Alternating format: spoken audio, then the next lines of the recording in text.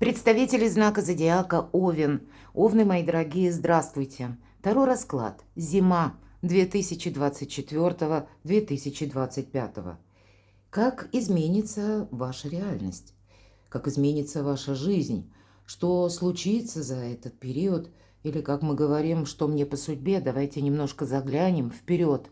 И 3 месяца– достаточно большой срок. И если декабрь, ну, где-то даже планетарно, относительно спокойным, по крайней мере, одна его часть нам или нас ожидает. Мы, как и прежде, строим планы на будущее, подводим итоги, то уже январь, возможно, с середины, нас заставит носить коррективы. И в феврале мы продолжим эту практику, потому что даже если кто-то из нас не планирует чего-то глобального или хочет даже удержать какую-то ситуацию, но не все от нас зависит. На нас будут или могут повлиять события в жизни наших близких, события в социуме, то, что происходит вокруг нас, или какие-то более глобальные события в обстоятельствах. И нам придется это учитывать. И, возможно, многие вещи пересмотреть. Мы можем услышать и новости какие-то, которые переформируют, переформатируют наше сознание.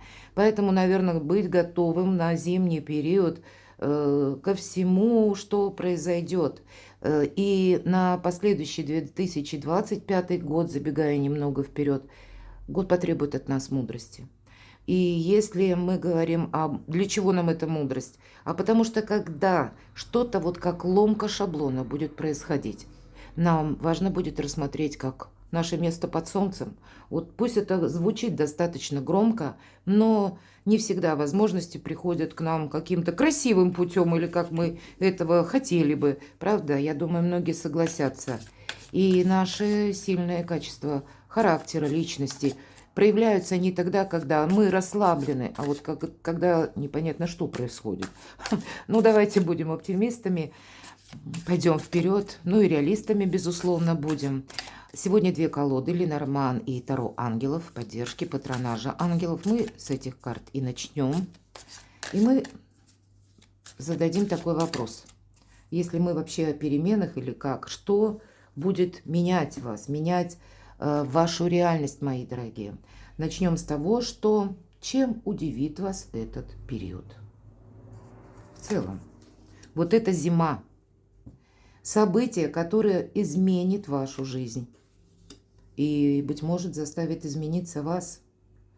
От чего вы откажетесь, мои дорогие, сами? Что вы признаете, ну, как-то нежизнеспособным или балансом? И мы достанем 3 карты, помесячно посмотрим энергетику. Декабрь, январь и февраль. Итак, что же вас удивит в этот период? Ух ты, а тут вообще открывающиеся возможности. Надо сказать, с планетарным вашим гороскопом все очень совпадает. Туз Земли и в этой карте это, с одной стороны, это уверенность в себе. Уверенность в сегодняшнем и в завтрашнем дне. Вот такой итог прекрасный. Может быть, и вы будете подводить те итоги предыдущим событиям и примите во внимание, правда, я изменился, изменилась моя как бы направленность или мои методы действия. Мы признаем по этой карте, что мы многого не знаем. Не случайно у нас мальчик изображен, который под мышкой держит книгу, причем такой мальчик-гений в очках, да, и он счастливо улыбается. Это сами по себе новые возможности заработка, новые возможности в вашей деятельности, в труде. Все же пентакли, дела, работа, бизнес, документы. И, безусловно, деньги, никуда от них не денешься. И это, как и возможность, и есть еще такое значение абанданса. То есть это мы, когда самоудовлетворены, когда мы вот именно довольны собой, потому что мы чувствуем в себе силу. Это, в принципе, когда у нас организована жизнь, где-то есть такое значение, или для кого-то это проиграется из вас, когда у вас с деньгами полный баланс. Когда мы именно можем даже не суетиться, а для кого-то вложить или сделать инвестиции в самого себя, к примеру, потому что карта говорит о том, что, в принципе, изучать что-то придется, себя самого продвигать как будто придется. Здесь, конечно, может удивить какая открывшаяся тайна или какая-то внезапная новость. Давайте я немножко проясню. С чем это может быть связано? Еще одну карту достану. О чем нам подскажет карта? А вот себе навредить-то вот как раз не захочется. Если прежде бы вы действовали, ну, более активно, более быстро, а здесь будете более мудры и продуманы, вы будете просчитывать свои действия, вы будете где-то бояться, в хорошем смысле, упустить те уже либо статус, либо доброе имя, буквально так, или просчитаться с деньгами, или запороть буквально какой-то из-за спешки проект и не получить, к примеру, важный документ. Ваши планы должны продвигаться. Вы себе поставите такую формулу жизни новую, и, может быть, оглянувшись назад, это где-то вас даже слегка удивит. Хорошо. Итак, что же будет меняться или как меняется ваша реальность? Или то событие, которое изменит вашу жизнь, продолжение предыдущей карты. С одной стороны, посмотрите, колода поддержки ангелов, и во многих картах колоды изображен ангел. Там, где изображен мальчик, у нас нет как бы поддержки ангелов. Нам говорят о том, что вы сами сейчас более чем ресурсны, мои дорогие. И более того, мальчик, у вас впереди светлое будущее. И вот дальше, если что меняется, здесь нам изображен ангел. Как будто ангелы, высшие силы, назовите как угодно, судьба, благоприятный период, дает возможность как и заработать денег, или решить какие-то вопросы по части недвижимости, вашего места проживания. Вообще сама по себе стабильность, безусловно, идет по этой карте, но и когда у нас события складываются для нас с большим плюсом, мои дорогие. Поэтому для вас этой зимой финансовая тема, тема благополучия, она должна быть на первом месте.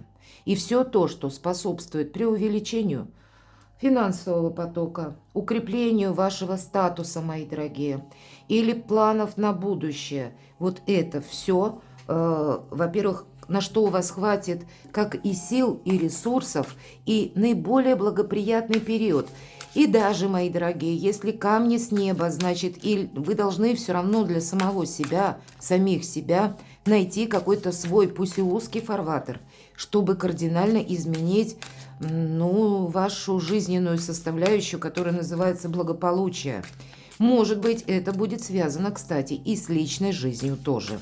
Но при поддержке высших сил вот такие надежные, стабильные, спокойные, мои дорогие, энергии меняют и вас, меняют и вашу реальность. И вы будете себя чувствовать не просто уверенной. Может быть, мои дорогие, вы где-то будете чувствовать себя даже расслабленной. Или вы могли, ну, все же, Овен – это воин, как вот тут не крути. По крайней мере, большинство из вас точно, особенно те, которые родились после 6 апреля. И, безусловно, это больше какая-то боевая готовность, нежели какая-то нега. И вполне вероятно, что вам, несмотря на то, что раньше бы вы приняли или взяли на себя, где-то не успев додумать до мельчайших деталей какие-то обязательства, или буквально рванули в какой-то бой или в какое-то сопротивление, но это нормально. Вы знали, что да, я победитель, я все равно сделаю, как мне нужно. Но здесь вас что-то будет останавливать. И, что вас может, кстати, удивить, мне не хочется торопиться. Мне хочется сделать хорошо, а не быстро. Вот так. Что же, как меняется ваша реальность? Вот я уже не буду ничего доставать. Посмотрите, какие шикарные вам выпали карты, мои дорогие овны. Император и императрица, можно сказать так. Императрица – это точно. Вот вся энергия как по императрице. Посмотрите, инновации, что-то новое, вопросы с детьми. Или, если даже приходят какие-то новости, которые вас удивляют, но это вам во благо. Появляются возможности, и, безусловно, будет какая-то поддержка. Может быть, вот этот ангел, который вам как будто посылает вот эти возможности в виде пентаклей. Это будет еще и поддержка вашего близкого человека. Иногда проходят наши близкие. И когда вы четко знаете, как нужно действовать, и когда вы понимаете, что вам может повредить. И если мы спросили, что же меняет вашу реальность, да вот, конечно, как и деньги, так и близкие, место вашего нахождения, кто-то задумается о переезде. Само по себе благополучие в квадрате, десятка пентаклей, говорит о том, что мы как будто счастливы, мои дорогие овны. Поэтому позитивных моментов будет больше. И, может быть, вас где-то это даже удивит, потому что могут быть такие ситуации, когда вы внутренне скорее были готовы к какой-то борьбе или к тому, что, ну, мне придется много работать, например. Здесь вот, кстати, про много работать нам тоже не говорят. И я могу предположить, значит, от части каких-то своих обязанностей вы просто либо откажетесь, либо кому-то делегируете. Здесь будет время и поработать хорошо, и хорошо заработать, и хорошо отдохнуть, может быть, и куда-то поехать или переехать, и еще и чему-то научиться. Новые интересы вот вас могут удивить тоже. Хорошо, давайте узнаем, от чего же вы откажетесь. И опять же нам говорят о том, что вы не откажетесь, безусловно. Но для кого-то это карта девятка Земли, это карта благополучия, благосостояния, изобилия, процветания. Эта карта говорит еще о том, что к вам приходит успех. Сама по себе карта предполагает, не случайно у нас женщина в возрасте изображена среди прекрасного сада. Она как будто сделала уже все, что могла. По этой карте мы уже приложили какие-то усилия. И теперь получаем за это не просто бонусы, а мы получаем заработанное. Значит, вы можете какое-то дело поставить на уверенные рельсы, когда оно движется вперед. Или если вы начинаете что-то изучать, то это тоже так вот не пальцем в небо, не просто какое-то желание, любопытство, а с размахом на какой-то последующий период, на то, что вам это опять же пригодится или принесет деньги. Продуманные действия, мои дорогие овны, все карты пентаклевые. Опять же, вот тот самый телец и тот самый уран где-то, он вам будет наверняка помогать. Безусловно, и много других транзитов, и даже если вокруг что-то происходит, вы знаете, это считайте как вызов, что вы должны себя и свои дела адаптировать к тем условиям или к тем обстоятельствам, которые будут складываться. Потому что, ну ладно бы одна карта, ну две выпало, а у вас 4, посмотрите как. Поэтому зимой в центре вашего внимания все то, что вас радует, все то, что вас вдохновляет. Но все же, если мы спросили, от чего вы откажетесь, вы, я уже говорила, вы откажетесь от той работы, которая непродуктивна. Или кому-то интересно, а вам не очень. Или как вот та фраза «ты уже, Овен, сделал все, что мог». Теперь ты как пожинаешь свой успех. Или почиваешь на лаврах, кстати, конкретно эта карта говорит об этом. Ну, почивать – это не есть какое-то бездействие, но уже окупится сторицей то, что было как усилия или ресурсы правильно приложены, и теперь это просто нужно продолжать. Не менять что-то резко. Вообще ни одна карта не говорит нам о переменах, а уверенном продвижении вперед. Вот такие у вас будут перемены, мои дорогие овны. Давайте несколько рассмотрим по месяцам.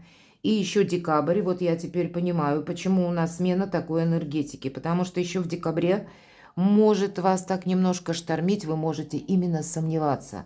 Но поверьте, уже в феврале вы в чем-то не будете сомневаться. Может быть, кстати, и планетарно это может выражаться в том, что мы слишком глубоко что-то анализируем. Или вспоминаем былое, наши прежние неудачи. И карта нам говорит, открой глаза, вот буквально так. Ведь девятка мечей это всегда у нас, и не случайно называется карта ночного кошмара. То есть ночного, нам это приснилось. В реальности этого нет.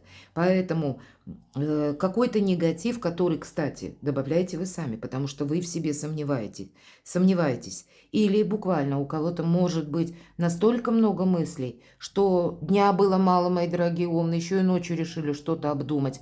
Помните, что мозг наш не отдохнувший, это значит, мы какие-то ошибки будем делать днем. Ненужные волнения, вот о чем нам говорят. Давайте мы посмотрим. Понятно, что по одной карте нам про декабрь не расскажут. Но может быть декабрь, вот этот момент перехода. И я хочу на картах Ленорман, больше они о событиях нам рассказывают. Что же будет меняться в декабре? Какая обстановка, какая ситуация меняет вас или заставит измениться вас? А посмотрите, нам еще раз говорят, вам вообще ничего не мешает. И где-то карта дерева вот об всех этих позициях. У вас уже в декабре будет прочное положение, которое просто нужно не менять, а укреплять. Может быть, и корректировать планы вы какие-то будете, вам придется. Но вы тогда будете более сосредоточены. Вы тогда себе вообще не навредите. Не секрет, что мы себе вредим, увы. Посмотрите, у вас какие-то могут быть быстрые перемены. Корабль – это всегда перемен. Символ. И один из символов Меркурия. И если мы говорим, что удивит, правда, тут может быть и новость, какое-то предложение о смене работы, или, к примеру, какой-то филиал открывается, вам могут предложить в нем работать, или вы сами что-то будете менять. У кого-то это будет связано с перемещением вообще в другую местность, в другую страну. Для кого-то из вас это может быть, я могу предположить, когда вы свои навыки или ремесло можете начать строить бизнес, или, может быть, вы уже какие-то первые шаги сделали, и еще в декабре у вас что-то пробуксовывает, и у вас от этого появляются сомнения. Но ситуация начинает именно меняться в декабре. Так вот, когда выпадает корабль, это успех в бизнесе, это конкретно где-то в деньгах, в торговле, или если у вас сфера услуг, здесь тоже что-то идет в гору. Важные согласования, ваши переезды, перемещения, приезды человека какого-то к вам, вообще много драйва и приятных эмоций. Жизнь, ну, кипит, бурлит, можно сказать и так. И вы подводите итоги. Вот этот итог будет как раз и подведен у вас в декабре. И несмотря на какие-то сомнения, вам будет четкий план. Вы сами себе его уже в декабре можете составить. План минимум, план максимум. И четко понимать, вот эти приоритеты или эти пункты я буду продолжать уделять внимание.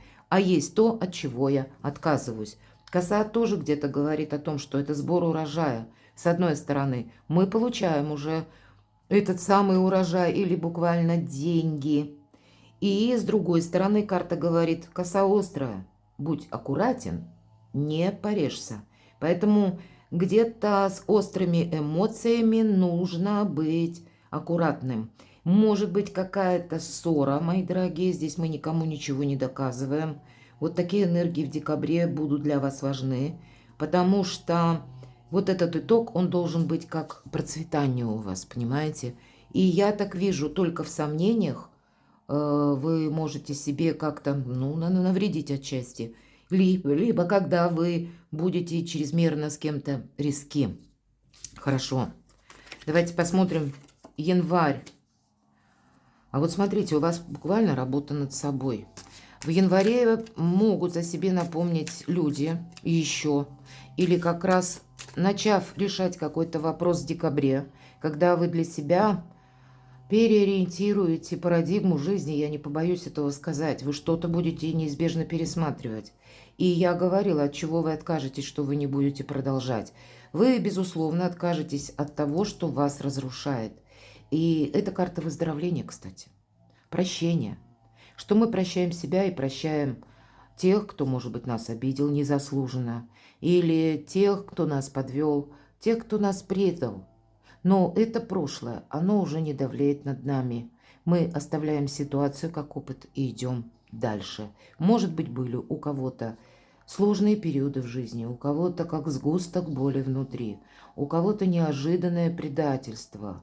И, знаете, обиды нас разрушают, это на самом деле так. Поэтому даже если мы не можем простить, то мы принимаем, что да, это я где-то, простить себя будет самое главное за совершенную ошибку. К примеру, то, что вы кому-то доверяли больше, чем следует.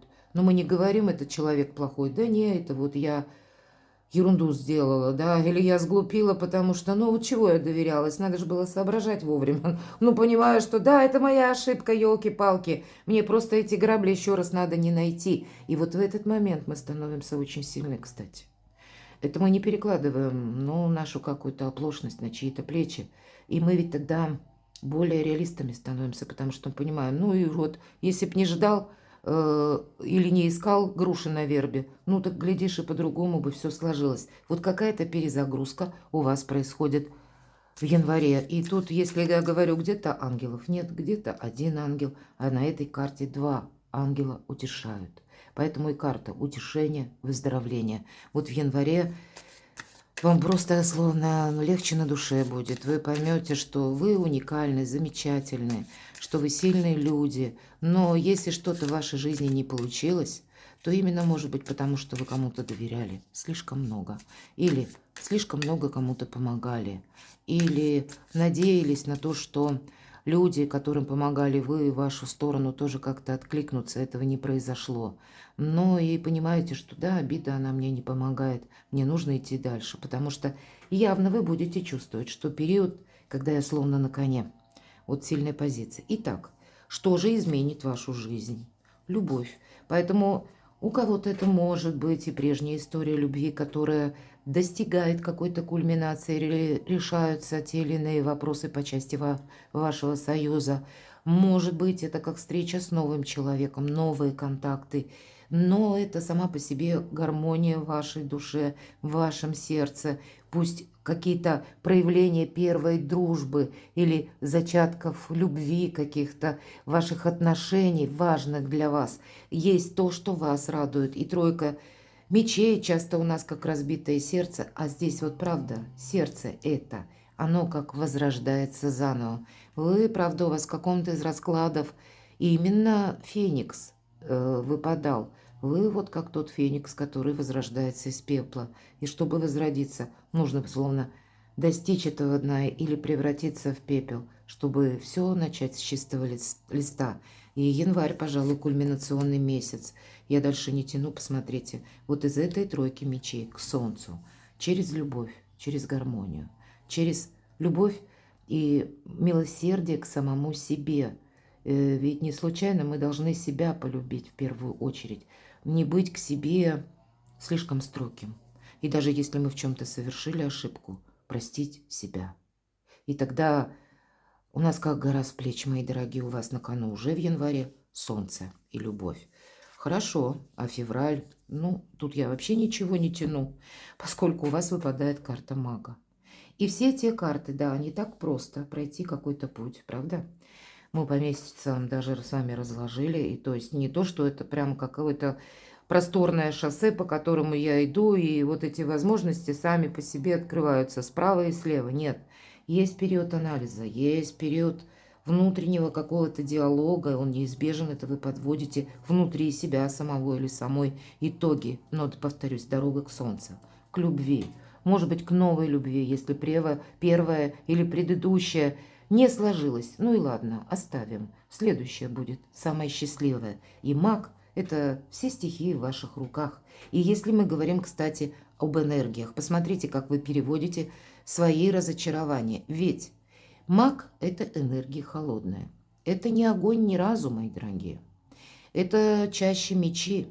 И вот из девятки мечей, которая говорит либо буквально о сомнениях, о внутренних страхах, о глубоких разочарованиях, где-то обидах, которые, ну, как никак не могут зарубцеваться в нашей душе, то потом уже здоровое равнодушие. И вот эти мечевые энергии вас приводят к магу, к карте мага, когда вам подвластно все. Да, по этой карте проходят и манипуляции тоже, но, видимо, вы ведь не должны себе навредить, вы сделали уже очень много. Время где-то продумать о том, чтобы почивать, может быть, на лаврах, и чтобы ваше каждое усилие, мои дорогие овны, увенчалось успехом. Будь то личная жизнь, будь то ваши амбиции, будь то ваше творчество, будь то ваше продвижение. Одним словом, все то, что вы желаете самим себе. Перекладывайте на себя и будьте счастливы, будьте любимы всегда.